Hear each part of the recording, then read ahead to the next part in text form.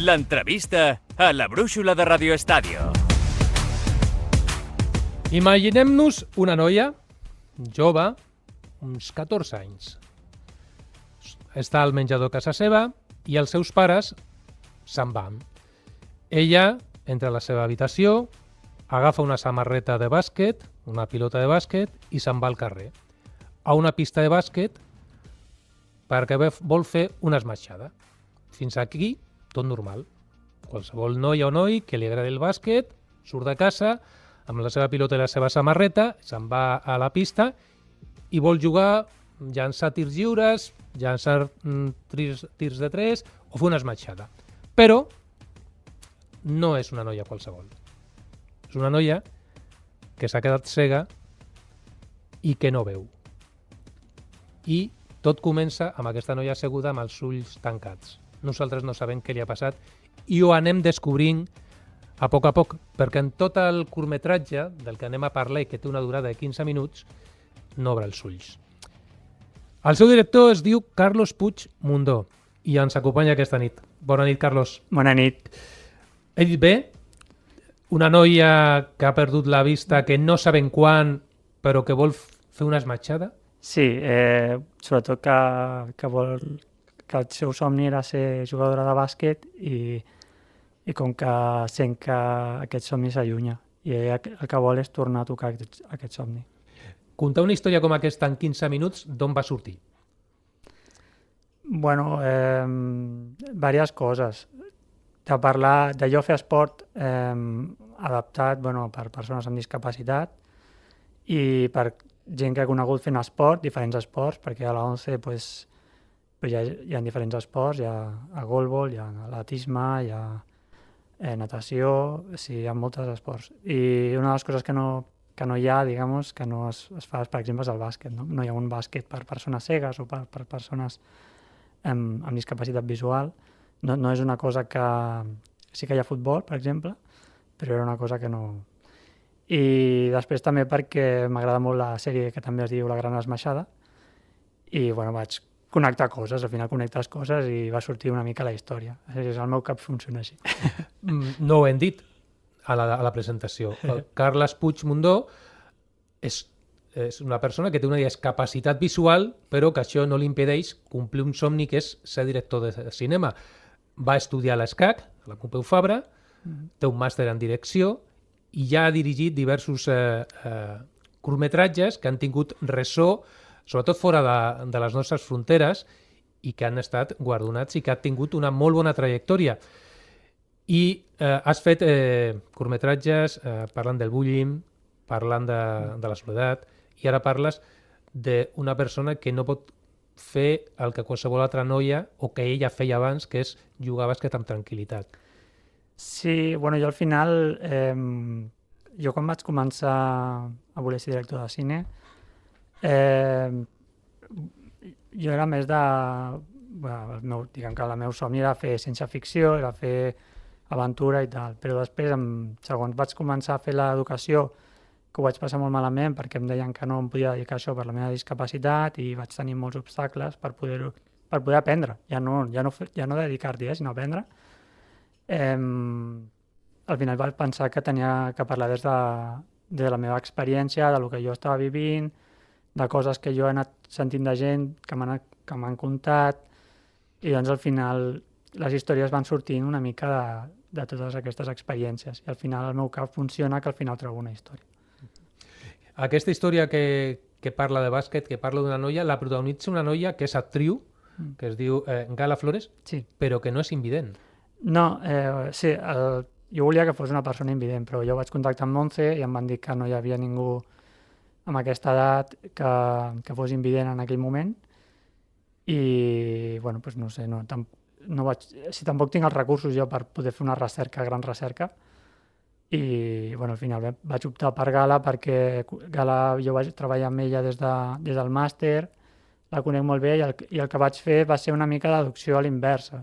És a dir, en vez d'utilitzar una persona que fos real, que no hi veiés, doncs el que vaig pensar és que Gala visqués aquesta experiència i entengués que que era viure pues, sense poder veure. I jo el que li vaig demanar és que si ella anava amb els ulls tancats, però que durant el rodatge la majoria de temps estigués amb els ulls tancats. Sí que visqués l'experiència, diguem, una cosa com immersiva, no? Diguem, que visqués una mica aquesta sensació.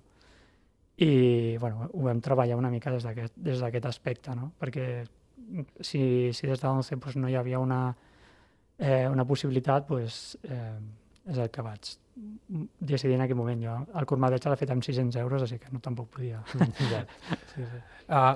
Per cert, la història que generes es veuen, més enllà de la incapacitat per veure de la protagonista, el sobreproteccionisme dels pares,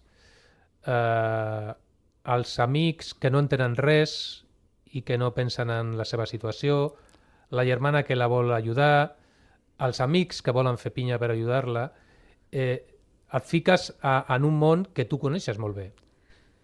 Sí, és un món que potser en el curt dona poc per explicar realment i no et deixa per fer moltes capes tampoc. Ara precisament fa poc estic com pensant per fer el guió de llargmetratge de la Gran Esmaixada, precisament perquè m'agradaria explicar amb més detall, amb més capes això, no? Perquè la sobreprotecció, és a dir, no és que sigui bona o dolenta, sinó és a dir, el problema és que hi ha un tema d'incomprensió i un tema de... que clar, quan una família es troba en una situació com la meva o com una persona que ha perdut la vista amb 10 anys, per exemple, que és una incertesa molt gran. Sí, és una incertesa molt gran. Llavors, clar, tendeixes a això, o sigui, al final el cor et porta a això. Però la meva clau, jo en el llargmetratge, que si faig un llargmetratge m'agradaria és com ajudar a donar coses, eines també, que ajudin a aquesta tendència, que no sigui tan tendència, sinó que sigui més fàcil gestionar, no? Perquè a vegades no saps com gestionar-ho. Des de la part de la protagonista, que també pues, en el curtmetratge, per exemple, està amb els ulls tancats perquè realment és com que la vida ha perdut sentit. Sí, el tema que porti els ulls tancats, perquè normalment una persona cega no porta els ulls tancats, però aquí en el curt jo el que volia expressar és que ella els porta tancats perquè és decisió seva de dir és que he perdut la il·lusió per viure. I la idea és que amb tot el que va passant és com que ella va reconnectant una mica amb la vida. I bueno, això també és important, fer aquest tipus de missatge en intentar reviure una mica i crec que és una de les coses que també vull parlar, no? I doncs, també pues, el tema dels germans, el tema dels amics, la relació amb altra gent... La senyora que es troba pel carrer. La persona que es troba pel carrer... Són elements importants i m'agrada comentar també el tema de quan vas a l'escola no es treballa a l'aspecte de connexió amb els companys, és a dir, els companys no saben, o sigui, tu veus el món d'una altra manera i és molt difícil connectar amb els companys quan passa això. I no hi ha una gestió en aquest sentit que hauria de ser-hi. I costa molt, és veritat, però s'ha de fer, perquè al final la idea és que puguis... Sí, jo estic encantat d'haver anat a escola amb altres companys i no persones amb discapacitat com jo, sinó que siguin persones normals que al final et puguin entendre i puguis viure en la societat com qualsevol altre. Però l'esport, sobretot a l'escola, no ha de ser una eina per conèixer els altres, per entendre els altres, per fer suports als altres, perquè en principi l'esport és això també, i es veu sobretot a la part final del curtmetratge. Sí, una de les coses que falta potser una mica és que normalment nosaltres ens hem d'adaptar a la resta. Per exemple, jo jugava, quan anava a l'escola, jo vaig jugar a bàsquet, però jugava a el que era minibàsquet, a l'activitat extraescolar, però a l'equip de bàsquet ja diguem que ja no podia jugar, però al final tu et tens que adaptar als altres. I no és habitual, per exemple, hi ha el golbol pot jugar una persona que no té discapacitat visual, perquè va en un antifàs. O sigui, al final, per exemple, a les escoles hi hauria d'haver-hi golbol, perquè és una cosa que t'ajuda a millorar els sentits. I doncs seria superimportant que hi hagués a les escoles goalball, per exemple, perquè si hi ha una persona que té discapacitat visual i va a una escola i ja hi ha goalball, s'integra sense tenir que ser que ell es tingui que adaptar a un esport que no està preparat per ell, no? O potser o et quedes fora, saps? I, bueno, sí, són coses que... I doncs aquest curt també, parlar de l'esport és un tema important també en aquest aspecte i és una de les coses que també m'agradaria treballar. Perquè en teoria l'esport és integració. Clar, sí. I treballar en equip. Sí, treballen en equip els companys i els amics de la protagonista perquè pugui fer l'esmatxada, fan com una mena de muntanya perquè pugi, però no fa l'esmatxada. Això és spoiler, Sí, és que al final esperaves l'esmatxada que quedés penjada de la canasta, de la cistella, no fa l'esmatxada.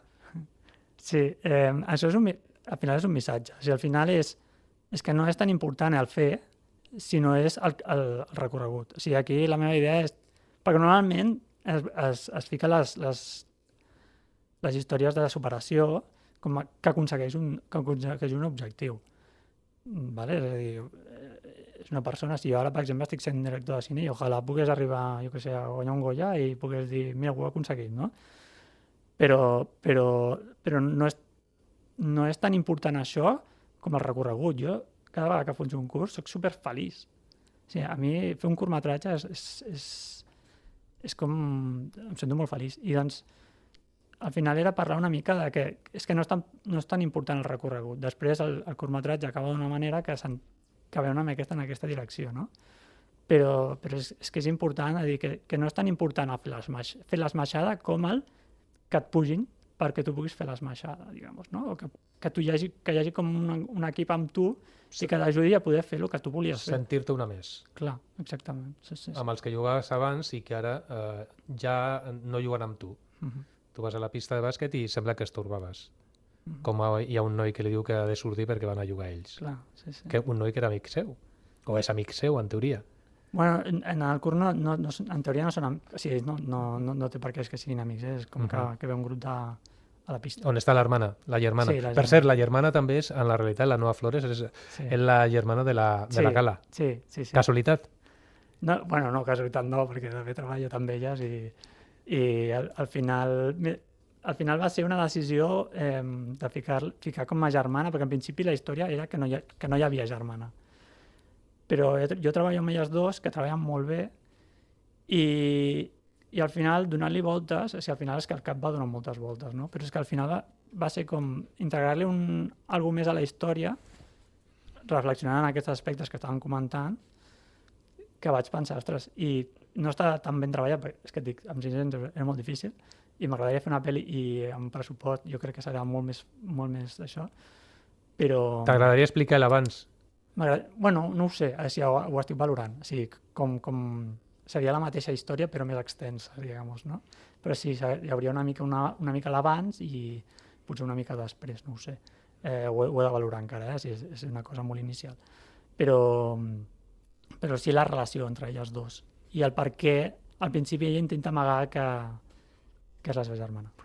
Per cert, la samarreta que porta la protagonista és la protagonista és Rukawa, un dels personatges d'aquesta sèrie que dius que t'agrada, un manga, un anime, que es diu Slam Dunk. Sí, la gran esmaixada. Per què?